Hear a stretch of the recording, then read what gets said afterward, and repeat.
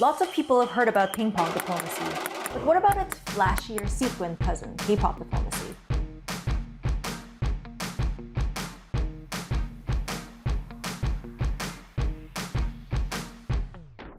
Countries have long been using cultural exports as a way to bridge gaps in international relations. Bilateral relations between the world's two biggest economies, the US and China, started off with a few games of ping pong. Today we're seeing South Korea flex this muscle through one of its biggest cultural exports, K-pop. And this is happening all over the world. South Korean President Moon Jae-in even appointed K-pop group BTS as special envoys to the UN in 2021 as a way to connect with young people globally. More than 1 million people tuned in live to their speech, which discussed climate change and vaccines. A study from Cornell University in October last year also found the South Korean boy band BTS as the most significant driver of health discourse, and that K-pop fandoms as a whole were a significant source of positive public health messaging during the COVID-19 pandemic. When President Moon visited the UAE to close a $3.5 billion missile deal, he also hosted a K-pop concert at the Dubai Expo Jubilee Park for a small group of leaders.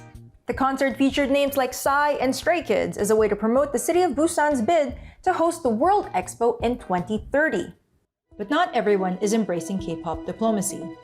K-pop fan accounts on China's Twitter like Weibo have been temporarily banned for irrational star-chasing content. China's been taking aim at effeminate celebrities as well and what it regards as unruly fan culture. A little closer to home in North Korea, leader Kim Jong-un called it a vicious cancer, according to a Seoul-based NGO. For more on that, here's my colleague Jeong-Ho Lee from Seoul. Thank you, Nicole.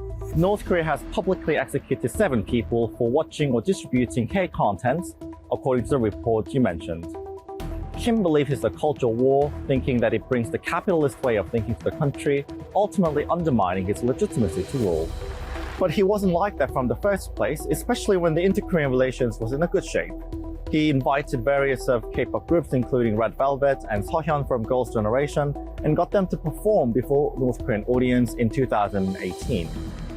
But as North Korea's economy declined, especially after the failure of Trump-Kim summit in Hanoi in 2019, he started to get worried about how internal audience may perceive him.